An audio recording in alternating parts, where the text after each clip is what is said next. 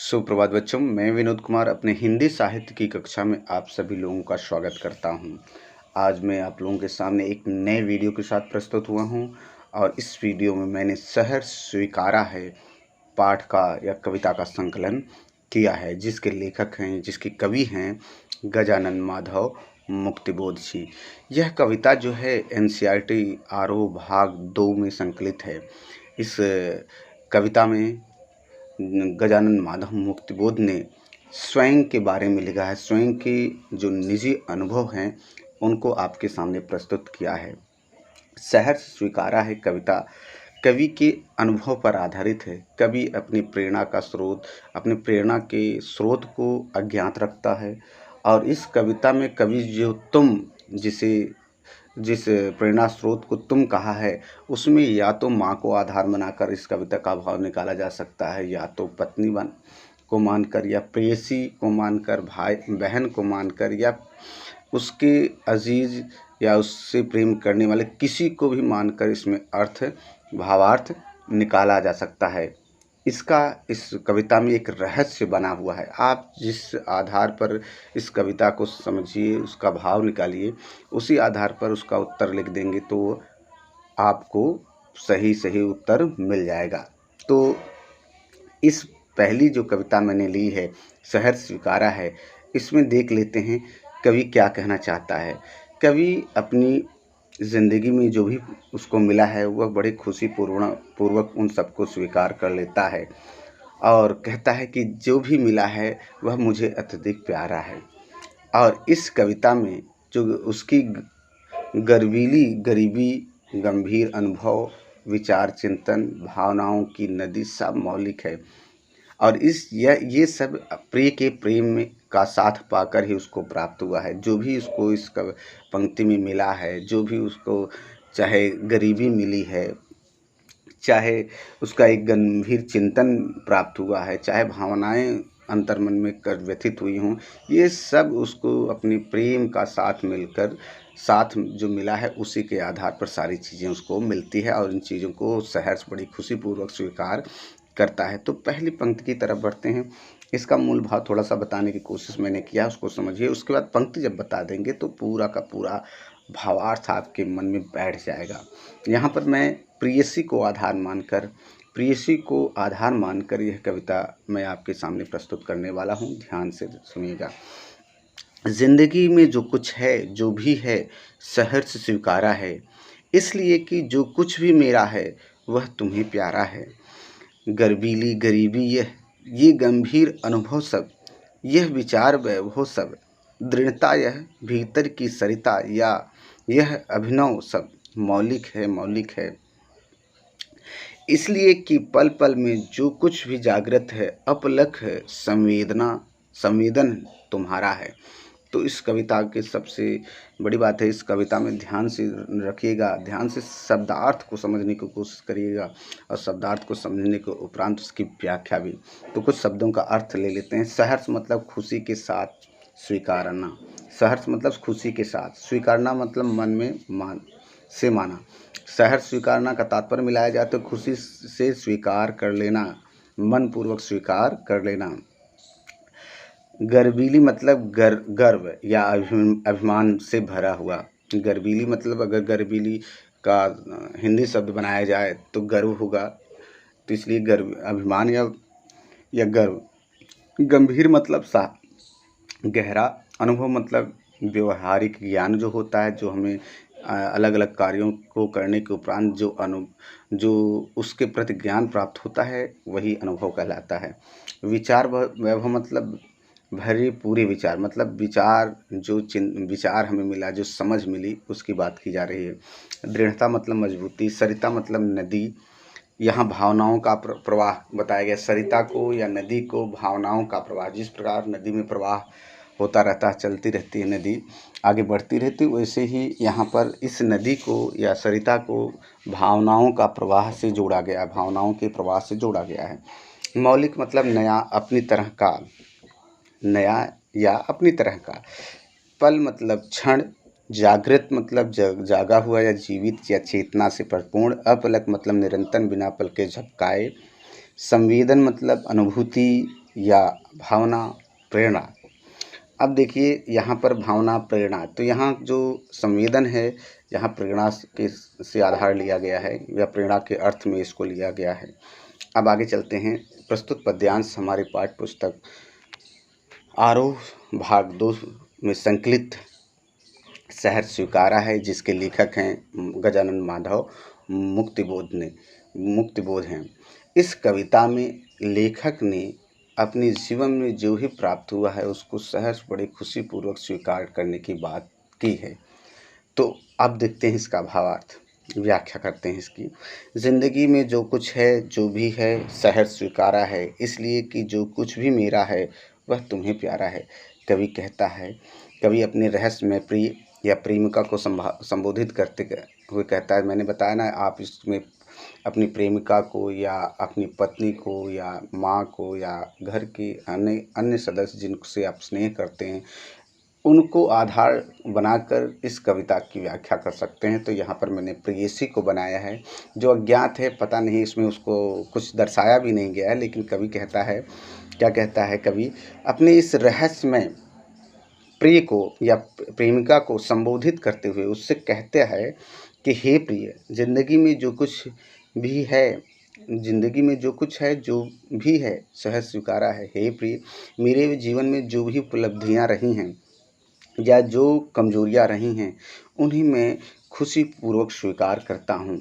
ज़िंदगी में भाई आदमी के जीवन में क्या है, या तो उपलब्धियाँ मिलती हैं या तो कमजोरियाँ होती हैं। तो इन सब चीज़ों को कवि कहता है कि मैं सहर्ष स्वीकार करता हूँ, इसलिए कि जो कुछ भी मेरा है वह तुम्हारा है। आगे कहता है, कहता मैं सहर्ष स्वीकार करता हूँ, मुझे उन पर गर्व है। कारण, गर्व क्यों है? कारण यह है कि मेरे पास जो भी मेरा अपना है वह सब तुम्हें बहुत प्रिय है, वह सब तुम्हें बहुत प्रिय है और वह सब तुम्हारा ही है, वह सब तुम्हारा ही है। कवि फिर से एक बार कहते हैं, कवि अपने रहस्य प्रेमिका से को संबोधित करते हुए, मतलब कवि अपने रहस्य में ही प्रेमिका को संबोधित करते हुए कहता है कि मेरे जीवन में जो भी उपलब्धियाँ रही हैं, जो भी कमजोरियाँ रही हैं, जो भी अच्छी बातें रही हों, चाहे जो भी बुरी बातें रही हों, उसे मैं खुशीपूर्वक स्वीकार करता हूँ। मुझे इन चीज़ों पर जो भी मिला है, मुझे अपने जीवन में इन चीज़ों पर बहुत ही अधिक गर्व है। कारण यह है कि जो भी मुझे मिला है, जो भी उपलब्धियाँ मुझे मिली है, जो भी मान सम्मान या बुरी चीज़ें मिली हैं, वह मेरे अपने पास हैं और उससे तुम बहुत स्नेह करती हो, या मेरे पास जो भी अपना है उससे तुम्हें बहुत अधिक प्रेम है, या तुम उससे स्नेह करती हो। अब आगे कहता है, गर्वीली गरीबी ये गंभीर अनुभव सब, यह विचार वैभव सब। कहता है कभी कि मेरी जो गर्व भरी गरीबी, मेरे जीवन के जो गहरे अनुभव, मेरा गहरा जो विचार चिंतन है, मेरे व्यक्तित्व की जो दृढ़ता है, मेरे मन में बहती भावनाओं की जो नदी है, मेरे अन्य नए नए रूप, ये सब अपने आप में मौलिक हैं, मतलब ना बदलने वाले हैं। कहता नहीं कि गर्वीली गरीबी है, मेरे अंदर जो गर्व करने वाली गरीबी है, और मेरे जीवन में जो भी कुछ हमने सीखा, जो भी ज्ञान प्राप्त किया, जो अनुभव है सब, और जो मेरे अंतर्मन में विचारों का एक वैभवशाली जो महल बना हुआ है, मतलब कि सोचने समझने की जो शक्ति सब मिली हुई है, यह इन सभी चीज़ों पर मैं गर्व करता हूँ। मुझे इन पर बहुत ही अधिक गर्व है, क्योंकि ये मौलिक हैं, इनमें किसी प्रकार की असत्यता नहीं है, सब सत्य हैं। आगे कहता है, दृढ़ता यह भीतर की सरिता यह अभिनव, सब मौलिक हैं। कहने का तात्पर्य कवि कहता है कि जो गहरा चिंतन है मेरा, जो मेरे अंतर्मन का व्यक्तित्व है, बहुत ही दृढ़ है, और जो मन में बहती हुई भावनाओं की नदी से कहने का मतलब, भावनाओं की सरिता कहने से क्या मतलब, जो लोगों के प्रति स्नेह की भावना, प्यार की भावना, ये सब जो हैं, जो नदी की तरह बहती रहती हैं, अर्थात सबके लिए होती हैं। मेरे अन्य अन्य जो भी रूप हैं सब मौलिक हैं, सब सत्य हैं, इनमें किसी प्रकार का की मिलावट नहीं है। इसलिए इन जो चीज़ें जो मेरे जीवन में मिली हैं या जो मुझे मेरे अंतर मन में हैं, इन सब चीज़ों पर मैं बहुत ही अधिक गर्व करता हूँ। इसलिए कि पल-पल में जो कुछ भी जागृत है, अपलक है, संवेदन है तुम्हारा, आगे कहता है कवि कि ये मेरे मौलिक हैं, निजी हैं, नए हैं, मेरे अंतर्मन में समाये हुए हैं और इन सब पे मैं गर्व करता हूँ। आगे अंतिम लाइन में कहता है, इनकी मौलिकता का मूल कारण यह है कि मेरे जीवन में जो भी गतिशील चेतना है, कहता है जो भी जागृत अपलक है, मतलब गतिशील चेतना है, प्रेरणा है या उपलब्धि है, उसमें तुम्हारी प्रेरणा का कार्य कर रही है। कहने का मतलब जो कुछ भी जागृत है, अपलक है, संवेदन है तुम्हारा मतलब जो भी मेरे अंदर जागृत है, मैं जिन जिन चीज़ों के प्रति जागृत हूँ, जो भी मेरे जीवन की गतिशील चेतना है, लोगों के प्रति स्नेह, प्रेम की जो बातें हैं, जो अपलक निरंतर चल रही हैं, ये सारी चीज़ें, ये सारी बातें तुम्हारी प्रेरणा के स्रोत का काम कर रही हैं और तुम्हारी प्रेरणा ही है जिससे यह सब इन सब चीज़ों पर मैं गर्व करता रहता हूँ। और तुम ही ने मेरे व्यक्तित्व का निर्माण किया है। अपनी अज्ञात प्रेयसी से, प्रेमिका से कहता है कि मेरे व्यक्तित्व में अर्थात मेरी पर्सनालिटी में या मुझ में जितनी भी चीज़ें हैं, चाहे अच्छी हों चाहे बुरी हों, चाहे चिंतन किसी के प्रति भावनाओं कि सरिता मेरे जो लोगों के प्रति भावनाओं की सरिता अर्थात नदी बह रही हो, जो मेरा स्वयं का विचार अनुभव है, जो लोगों से मिला है, जो ज्ञान प्राप्त करने से मिला है और चिंतन करने की जो शक्ति मुझ में मिली है, वह मूल कारण उसका तुम हो। तुम्हारे ही प्रेरणा के द्वारा यह मुझे सब कुछ प्राप्त हुआ है, तभी मैं कर पाया हूँ और तुमने ही मेरे इस ऐसे व्यक्तित्व का निर्माण किया है। यह अपनी अज्ञात प्रेमिका को संबोधित करते हुए कवि कहता है। और साथ ही साथ इसमें कुछ चीज़ें हमको देखने को मिल जाती हैं। क्या मिलती हैं वो हम बता दे रहे हैं आपको। तो देखिए इसमें एक शब्द आया है गर्वीली गरीबी, जीवन के गहरे अनुभव, विचारों का वैभव, अंतर्मन की भाव सरिता। इनमें एक तरह का विशेषण है। गर्वीली एक तरह का विशेषण है। कवि ने अपनी गरीबी को गर्वीली कहा है। कवि ने हृदय में स्वीकार किया है कि उसकी जो गरीबी है उसकी मजबूरी नहीं है, अपितु उसके पीछे उसका स्वाभिमान है और इस गरीबी पर वह गर्व करता है, न कि दुख प्रकट करता है। यहाँ पर ऐसा भाव, ऐसी बात कही गई है। अब जैसे देखा गया है, पल पल में जो कुछ भी जागृत है, अपलक है, संवेदन है तुम्हारा, यह बहुत ही इम्पोर्टेंट लाइन हो जाती है।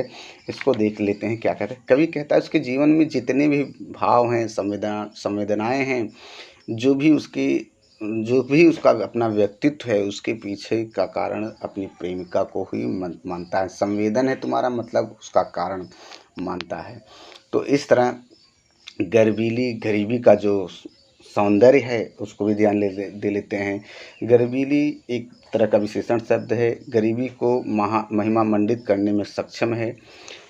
इसमें कवि का स्वाभिमान प्रकट हुआ है। कवि भाई गरीब है लेकिन वो गर्व करता है। इसमें इस शब्द से हमें गर्वीली गरीबी शब्द से कवि के स्वाभिमान को हम देख सकते हैं। इस तरह यहाँ पर यह कविता मैं समाप्त करता हूँ। अगले वीडियो में अगली पंक्ति सहर्ष स्वीकार है लेकर प्रस्तुत होऊंगा। यदि ये समझ में आए तो ठीक है। यदि किसी प्रकार की समस्या आपको होती है तो कमेंट बॉक्स में ज़रूर लिखिए। हम और अच्छा प्रयास करके आपके सामने प्रस्तुत करेंगे। आज के लिए इतना ही। धन्यवाद।